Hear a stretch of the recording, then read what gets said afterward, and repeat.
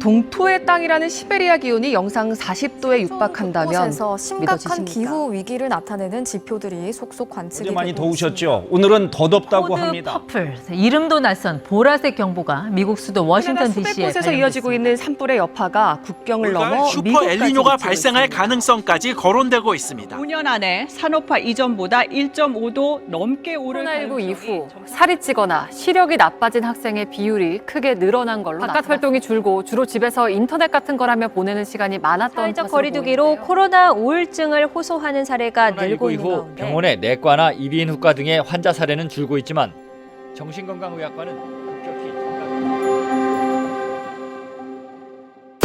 I was actually surprised to see that they have been doing some research when they go outside, and they do much better. They're less absent, less sick days.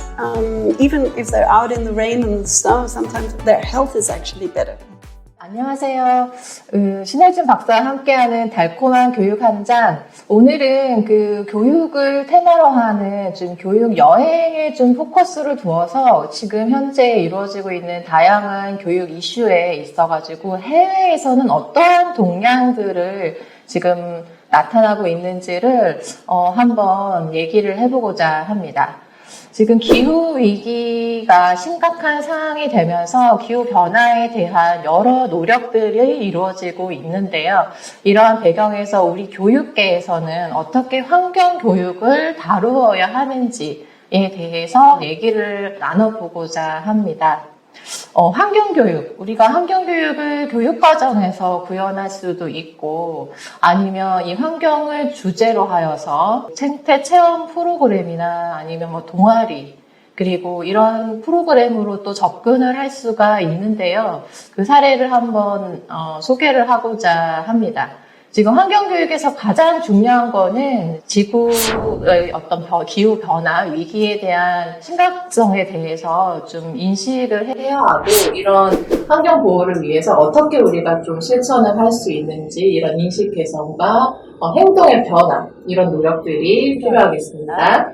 여러분 덴마크 하면은 무엇이 떠오르나요? 덴마크 하면 유산교육을 떠올리기도 하고 이제 여러 생각들이 떠오를 수 있는데 덴마크에서 구현하고 있는 환경교육 그 중에서 우데스콜레라고 하는 교육 프로그램이라고 할까요? 그 교육 과정이 있습니다.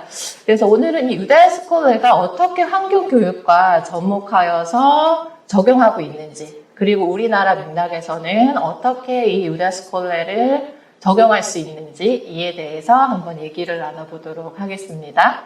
에듀케이션 트래블이라고 하는 이 교육 매거진 지금 뒤에 화면에도 보여지는데요. 이 우데스콜레를 이제 소개해주기 위해서 이 교육 매거진의 이제 챕터에 정보를 작성을 해주신 트린 뱅스보 이제 연구원과 함께 이 우데스콜레에 대해서 한번 얘기를 나눠보도록 하겠습니다. Good morning, Trin. Today I'm just talking about Udeskole in terms of environmental case in Denmark. What is the concept of Udeskole? Can you explain for the Korean educator what does that mean? Yeah. So Udeskole is actually integrated in the normal school system. So the definition of Udeskole is that a school class in any kind of school goes out on a regular basis, at least half a day, once a week, for a whole school year. That's the definition. So it means that you have regular outings, that you have regular activities outdoor. It can be in the countryside, but even city campuses can actually do Udeskole. And I'll tell you a little bit about why or how. I'm just wondering from when the Denmark emphasizing the environment, it is an environmental issue and then climate changing issue. I think it has been going on in the Danish public school system since the 70s to some extent. It has been a wide, both political science or in age adjusted, but environmental issues have been part of the school system. And now it's being integrated also, for instance, in reducing food waste from the canteen, or they would use Green Smart Schools as a learning tool also to increase awareness of the climate effects, and also, maybe even more important, what the students can do themselves and how they can influence their parents when they come home to change their habits towards something more sustainable. Okay, that means is this a curriculum or the subject or some kind of field trip? It's not really a field trip. When you go this often, it's actually an integrated part of the activities in the school, and it can be applied to all subjects. So, of course, environmental issues are easier to study in the environment, but you can study Danish or English or math, and sometimes they choose to go to teachers and teach both subjects throughout the day. But the difference from a field trip is that you actually integrate the subjects both in and outdoor. So they have a very close connection. It's not just a one-off. It's not something you just do from time to time. They're very, very closely related. Oh, it is not just for, based on the your explain, it's not for field trip. It's kind of a regularly operated curriculum, I think. But here is your article. You introduce about a school in Copenhagen. Is I think, do you explain about the case in more detail? Yes. And the reason why I chose this was to explain that you can actually do this even if you're in the city. So we may not have wild nature at reach, but most schools have access to green areas or parks or community gardens. But environmental studies is also about how to preserve nature, and it is about nature, but it's also about water treatment plants or how to treat waste, for instance. So it's also including visits to different facilities in order to understand how to better preserve nature. It means in anything, any place, any environment can be learning as tool. Yes. Right? Yes. So how do you, in terms of that, and how's the environmental education really operated in Denmark? It is a kind of core, because you know the green growth and then net zero, something. It is a global issue, right? Yeah. So many global citizenship education. It also included the environmental issue, but I'm very wondering in the environment education, how to operate it in Denmark in the education field. Yeah. And it's an integrated part of different subjects. So it doesn't have a subject on its own, but it will be part of science. It will be part of biology. Science would be to study different particles that have a negative impact on us, or CO2 levels. What is the process of climate changes on a micro level?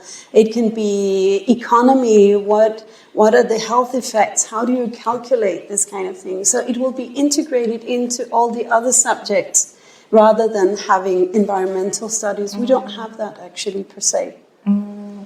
Today we are talking about environmental education, specifically the Udeskole case. And do you have any last comment for the Udeskole?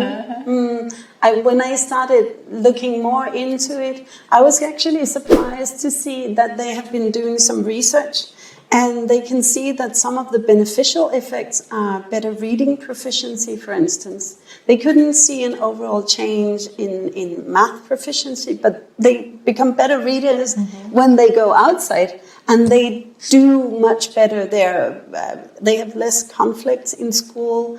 They're less absent, less sick days. Even if they're out in the rain and the snow, sometimes their health is actually better. And good health and physical activity is actually very good for learning in general. Okay, thank you very much for your talking, and I'm very interested about your talk.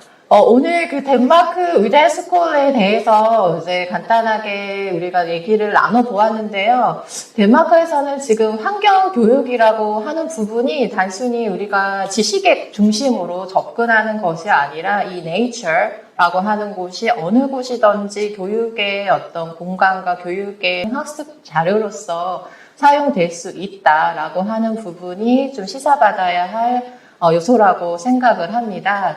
지금 전 세계가 기후 위기에 대응을 하기 위한 여러 노력들을 굉장히 적극적으로 하고 있죠.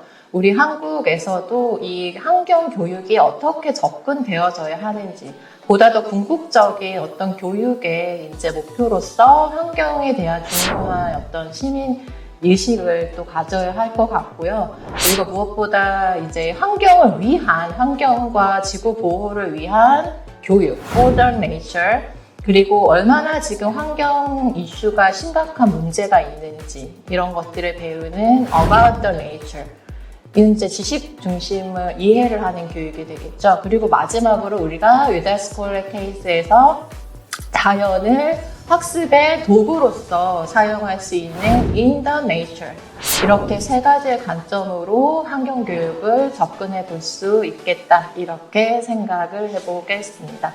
네, 오늘 저희 신혜지 박사와 함께하는 달콤한 교육 현장, 오늘은 교육 여행이라고 하는 컨셉에서 덴마크의 우데스콜레를 소개해 드렸습니다. 시청해 주신 여러분들 감사드리고요. 다음엔 더 다양한 주제로 또 찾아오도록 하겠습니다. Thank you very much. Bye bye.